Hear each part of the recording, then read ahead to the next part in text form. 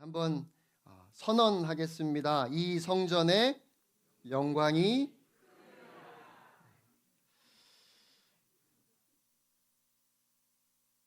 요한계시록의 7교회를 우리가 살펴보는데 이제 두 교회만 남았습니다. 지금까지 5교회를 살펴보았고요. 오늘 6번째 교회인데 빌라델비아 교회에 주님이 보내신 편지를 살펴보려고 합니다. 빌라델비아 교회는 어떤 교회일까? 한마디로 요약하면 한번 따라하겠습니다. 주의 말씀과 주의 이름을 지킨 교회. 네. 빌라델비아라는 말이 우리 입에는 잘 붙지 않는데요. 헬라어로는 형제사랑이라는 뜻입니다. 많은 분들이 7교회 중에 이 빌라델비아 교회를 좋아하는 것 같아요. 일단 서머나 교회와 함께 주님께 책망 듣지 않고 칭찬만 받았던 교회지요. 그래서 이 교회의 이름을 딴 교회들이 많습니다. 미국 동부에 가면 필라델피아라고 하는 큰 도시가 있어요. 들어보셨지요? 그 도시의 이름이 바로 이 교회의 이름을 딴 겁니다. 그리고 한국 이름으로 하면 열린문 교회 많이 들어보셨죠? 네, 열린문 교회도 이 빌라델비아 교회에서 왔다고 봐야 할 겁니다. 빌라델비아라고 하는 도시는 7도시 중에는 가장 역사도 짧고 크기도 비교적 작은 도시입니다. 헬라 문화를 전파하기 위해서 계획적으로 세웠던 도시이고요. 그래서 동방을 향해 가는 길목에 위치하고 있었습니다. 로마는 이 빌라델비아를 통해서 소아시아 전역으로 로마의 정치나 경제, 문화적인 영향력을 확산시킬 수 있었기 때문에 이 도시를 아주 중요하게 여겼습니다. 그런데 한 가지, 이 도시에 종종 지진이 나서 사람들이 그 도시에서 나가서 피난했다가 지진이 잦아지면 다시 돌아오는 일들이 있었다고 해요. 주님이 빌라델비아 교회를 향해서 자신을 어떻게 소개하실까요? 우리 먼저 7절 말씀 한번 함께 읽겠습니다. 시작. 빌라델비아 교회의 사자에게 편지하라. 거룩하고 진실하사 다윗의 열쇠를 가지시니 곧 열면 닫을 사람이 없고 닫으면 열 사람이 없는 그가 이르시되. 아멘. 네, 주님이 다윗의 열쇠가 주님께 있다고 말씀하시죠. 이 다윗의 열쇠는 이사야 22장에 기록되어져 있는 말씀에 나오는 내용인데요. 히스기야가 통치할 때 하나님께서 엘리야김이라는 사람을 세우셔서 그를 통하지 않고는 누구도 왕 앞에 나아갈 수가 없었습니다. 그래서 하나님이 그에게 주신 다윗의 열쇠는 절대 권세의 상징이었습니다. 그러니까 예수님이 다윗의 열쇠를 가지셨다는 이 말씀은 오직 예수님만 하나님 아버지 앞으로 나아갈 수 있는 문을 열기도 하시고 닫기도 하신다는 거지요. 오직 주님만 천국으로 들어가는 문을 열고 닫으십니다. 영원한 생명의 문은 오직 예수 그리스도를 통해서만 열린다는 것입니다. 또 다윗의 열쇠는 하늘나라 창고를 여는 열쇠이기도 합니다. 이 엘리야김이라는 사람이 국고를 맡은 관리였어요. 그래서 왕궁의 창고를 여는 열쇠를 오직 그가 관리하고 있었기 때문에 모든 재화를 관리하는 권리를 가지고 있었지요. 성부 하나님께서 하늘의 모든 보화와 복을 관리하는 열쇠를 예수님에게 주셨습니다. 주님은 하늘의 모든 보화로 주님의 교회를 도우십니다. 그렇게 주님의 교회를 돌보시는 주권이 오직 주님께만 있음을 말씀하시는 겁니다. 마태복음 28장 18절에 하늘과 땅의 모든 권세를 아버지께서 나에게 주셨다 하신 그 말씀 그대로 오늘 예수님은 그렇게 주님을 소개하십니다. 그런 주님이 빌라델비아 교회 앞에 문을 활짝 열어 놓으셨습니다. 8절 말씀 함께 읽겠습니다. 시작. 볼지어다 내가 내 앞에 열린 문을 두었으되 능히 닫을 사람이 없으리라. 내가 내 행위를 아노니 내가 작은 능력을 가지고서도 내 말을 지키며 내 이름을 배반하지 아니하였도다. 아멘. 성경을 보면 문이 열렸다, 문을 연다 이런 표현이 많이 나오는데요. 이건 특히 사람들이 하나님께로 천국으로 들어갈 수 있게 하는 전도의 문, 선교의 문을 가리킵니다. 고린도후서 2장 12절에도 보면 내가 그리스도의 복음을 위하여 드로아의 이름에 주 안에서 문이 내게 열렸다. 이렇게 바울이 고백하고 있지요. 빌라델비아는 말씀드린 것처럼 로마와 아시아를 연결하는 아주 중요한 교통의 요지였기 때문에 많은 사람들이 빌라델비아를 방문하고 또 거기 머무르기도 하고 지나가기도 했습니다. 사업가들도 군인들도 여행객들도 그 발길이 끊이지 않았던 곳이 바로 빌라델비아예요. 그러니까 그렇게 빌라델비아를 지나가는 방문하는 사람들에게만 복음을 잘 전해도 가만히 앉아서 그냥 복음을 전하는데 그 복음이 자연스럽게 전 세계로 확산될 수 있었던 겁니다. 마치 바울이 소아시아의 가장 큰 항구 도시였던 에베소에서 특별히 2년이 넘는 시간을 머무르면서 아시는 것처럼 두란노 서원에서 많은 제자들에게 열심히 복음을 전했는데 그 결과가 모든 아시아 전 지역에 주의 제자들이 세워졌다고 그렇게 사도행전에서 말씀하시는 것과 같지요. 여러분, 하나님의 일은 억지로 하는 게 아닙니다. 그저 기도하면서 하나님이 열어주시는 길, 하나님이 인도하시는 길을 찾아가는 거죠. 그러니까 교회는 어떤 전도의 전략, 선교의 전략을 세울 때 기도하면서 하나님이 어디로 어떻게 인도하시는지 하나님께서 열어주시는 문을 분명하게 살피고 확인할 수 있는 지혜가 있어야 합니다. 그래서 교회의 사역은 자동문이라는 말이 있어요. 여러분 앞에서 문이 열리면 들어가시면 되죠? 안 열리면요? 돌아가야죠. 자동문인데 안 열린다고 그거 억지로 열고 계시면 돼요? 안 돼요? 안 되죠. 네. 그래서 사실은 주의 일을 함에 어려울 것이 없습니다. 그런데 내가 억지로 열려고 하니까 힘들지요. 안 돼요. 하나님이 문을 닫아 놓으신 곳에서 억지로 하지 말고 하나님이 열어주시는 곳에 우리의 힘을 쏟아야 하는 겁니다. 어떤 사람과 하나님께서 연결시켜 주시는지, 어떤 기회를 열어 주시는지 살필 수 있어야 합니다. 그리스도인의 인생에는 우연이 없습니다. 모든 기회는 전도와 선교의 문으로 열리는 줄로 믿습니다.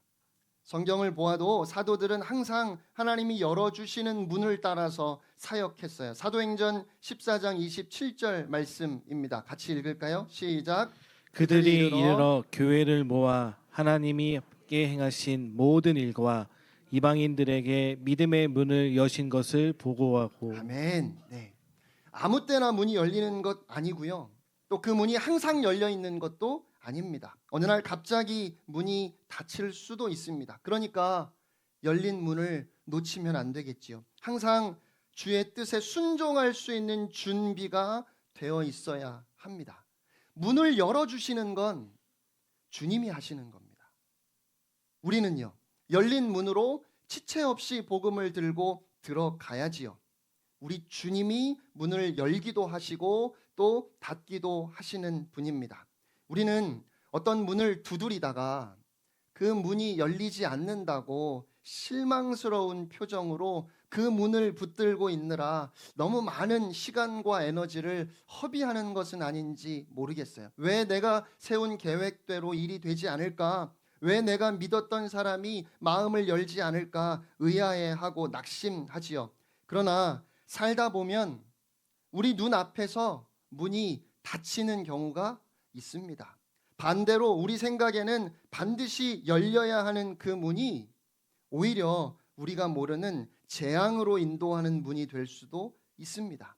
그래서 주님이 당장은 힘들지만 그 문을 닫아 버리시기도 해요.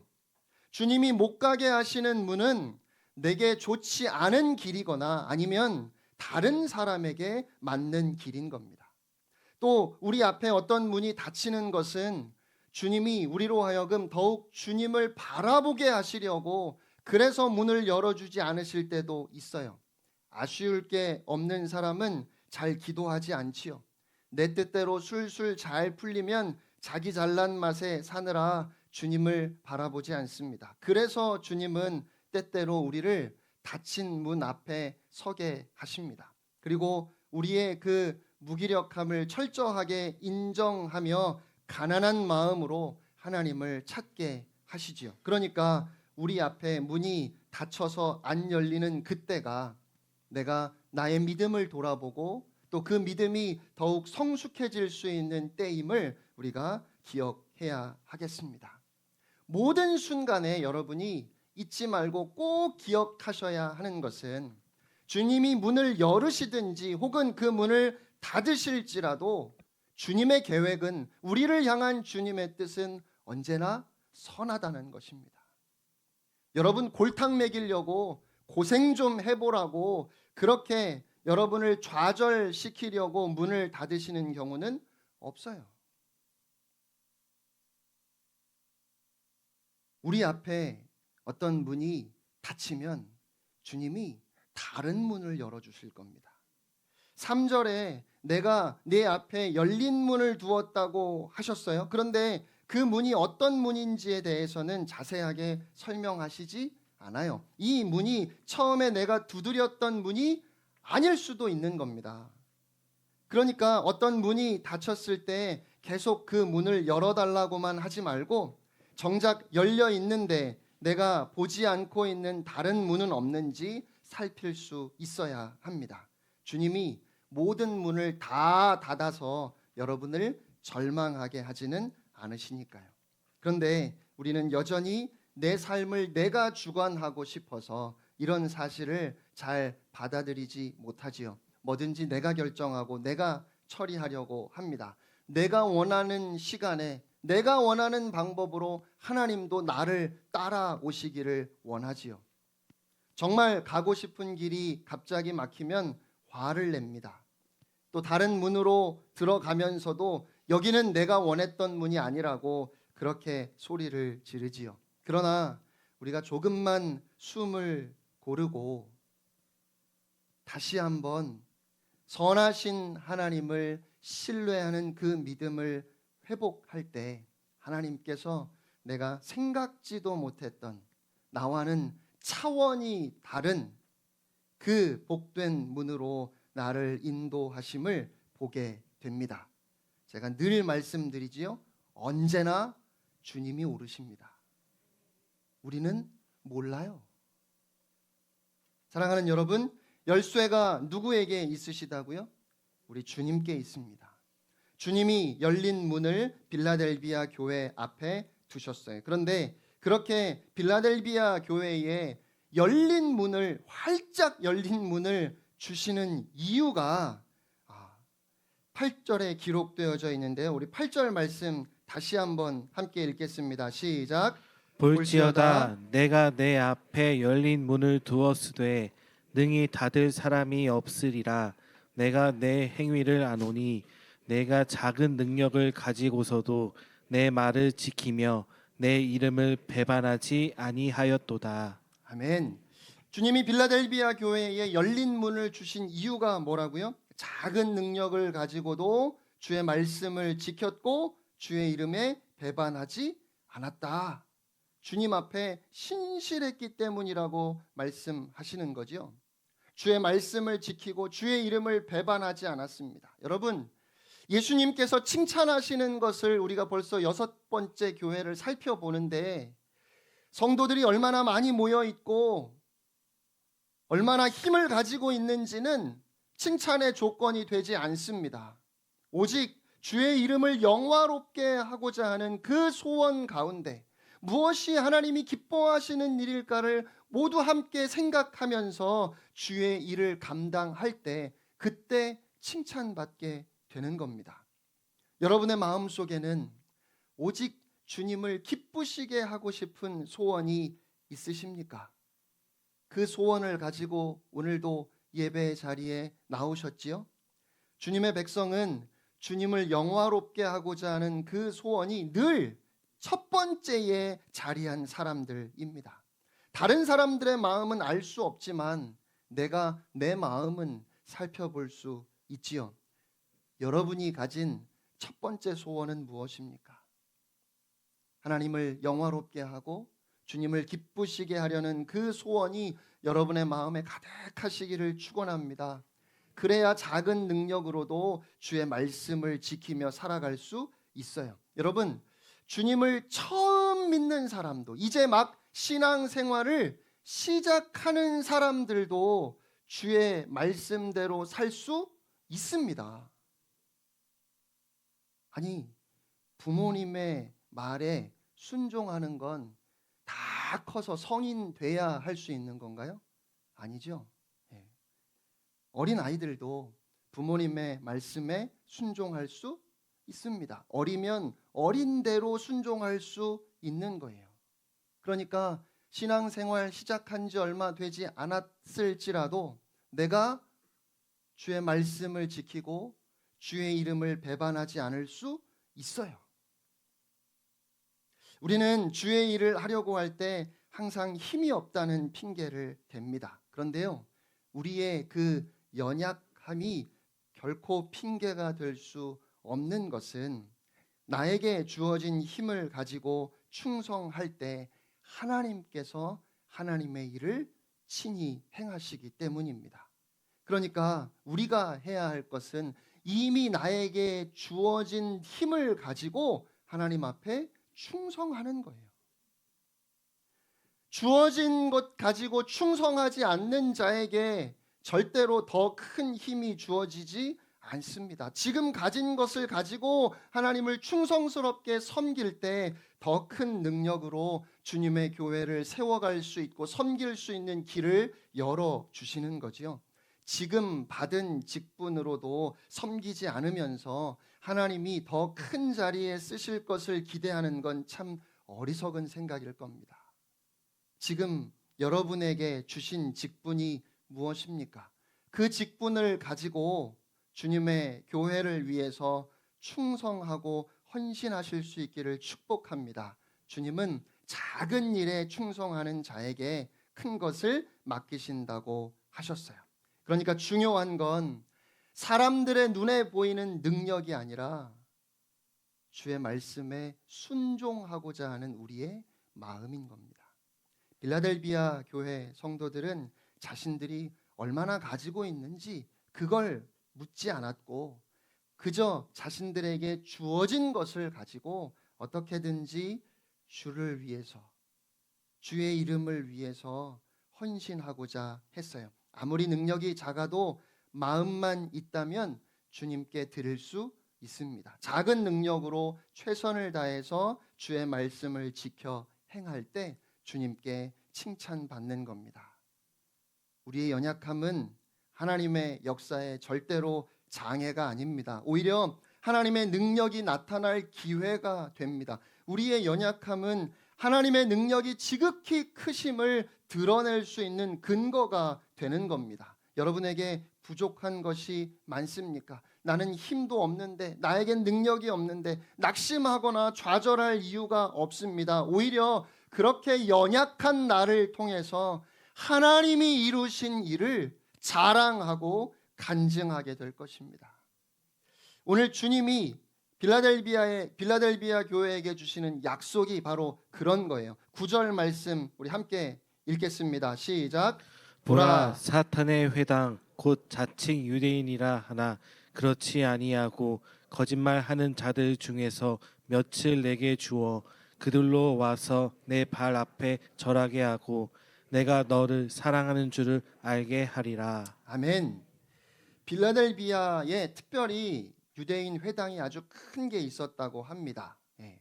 빌라델비아에 유대인들이 많이 살았어요. 그래서 아주 큰 회당이 있었는데 그들이 앞장서서 그리스도인들을 핍박했어요. 그런데 그런 유대인들 가운데 몇 사람이 회개하고 복음을 받아들여서 교회로 들어오는 기적이 일어날 것이라고 오늘 주님께서 말씀하시는 거예요. 다른 사람들은 몰라도 전혀 변할 것 같지 않은, 앞장서서 교회를 못 살게 구는 그 유대인들 중에 몇 사람이 복음으로 변화되는 기적을 보여주시겠다는 겁니다. 그런 기적을 통해서 빌라델비아 교인들은 주님이 우리를 사랑하시는구나 하는 사실을 알게 될 거라고 말씀하셔요. 우리에게 고난만 있는 게 아니구나, 주님 살아 계셔서 이렇게 미약한 우리를 통해서, 연약한 우리를 통해서 이 놀라운 일을 이루시는구나, 그들이 깨닫게 될 것이라고 말씀하시는 거지요. 실제로 교회의 역사를 살펴보면 그렇게 빌라델비아에 있었던 유대인들 가운데 몇 사람이 그리스도인이 되어서 온 소아시아 지역으로 흩어져 주의 복음을 전했다는 기록이 있습니다. 10절 말씀 함께 읽겠습니다. 시작. 네가 나의 인내의 말씀을 지켰은즉 내가 또한 너를 지켜 시험의 때를 면하게 하리니 이는 장차 온 세상에 임하여 땅에 거하는 자들을 시험할 때라. 아멘. 네가 나의 인내의 말씀을 지켰은즉, 이 말씀은요, 좀 더 정확하게 번역하면 네가 인내하라 한 내 말을 지켰으니 라는 뜻이에요. 그러니까 그들이 주님의 말씀을 지켰으니까 그런 그들을 주님이 지키셔서 시험의 때를 면하게 하신다고 하셔요.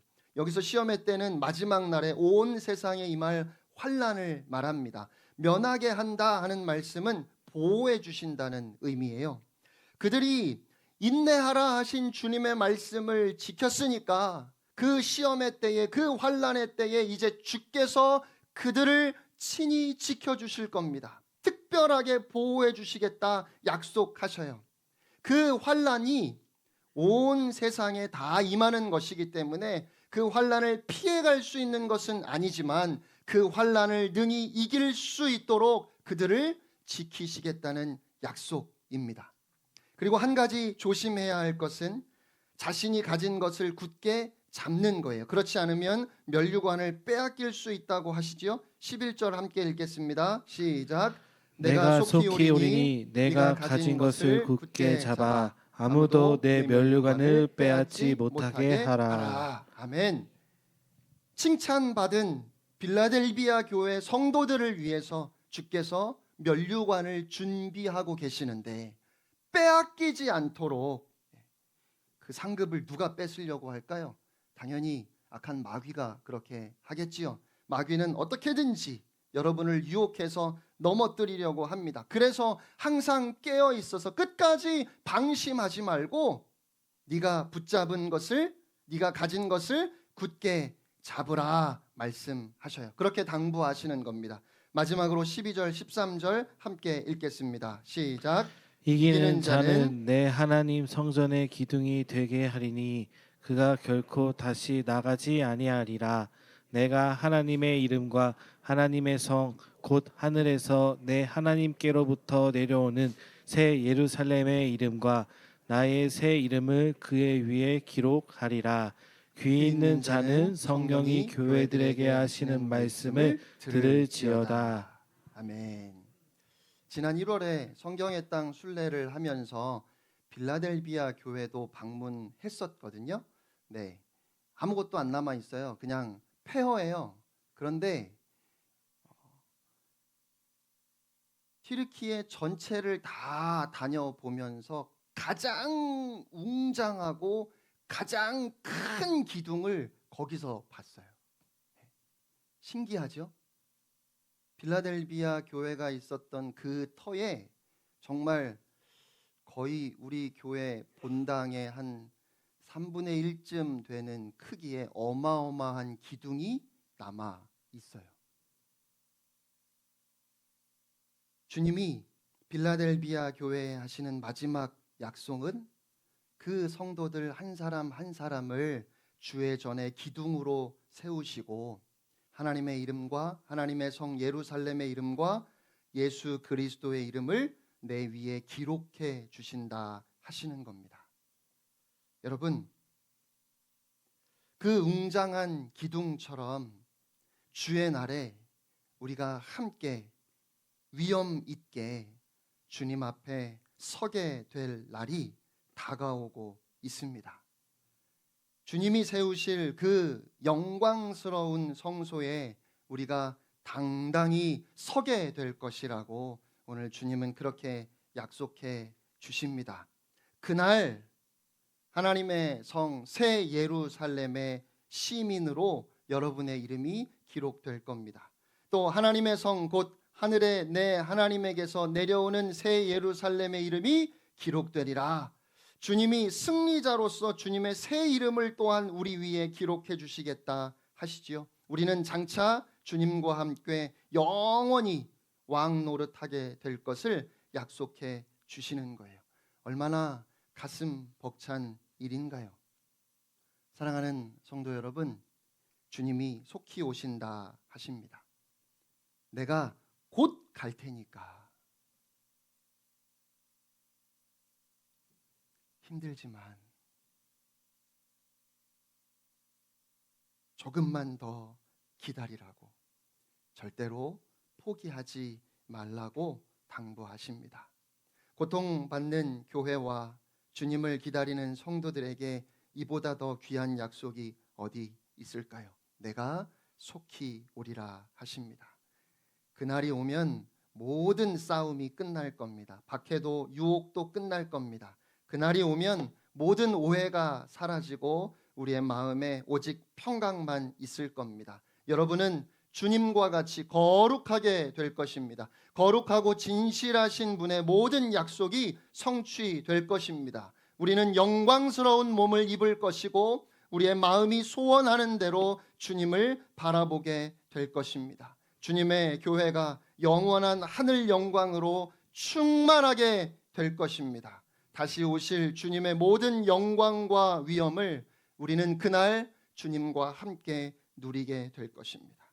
그러므로 이 주님의 약속을 마음에 받아 새기고 작은 능력으로라도 끝까지 주님을 섬기는 교회가 되어야 하겠습니다. 빌라델비아 교회처럼 우리도 주의 말씀과 주의 이름을 끝까지 지켜서, 그래서 우리 주님께 칭찬받는 부흥하는 독일교회 모든 성도들이 되시기를 주님의 이름으로 축원합니다.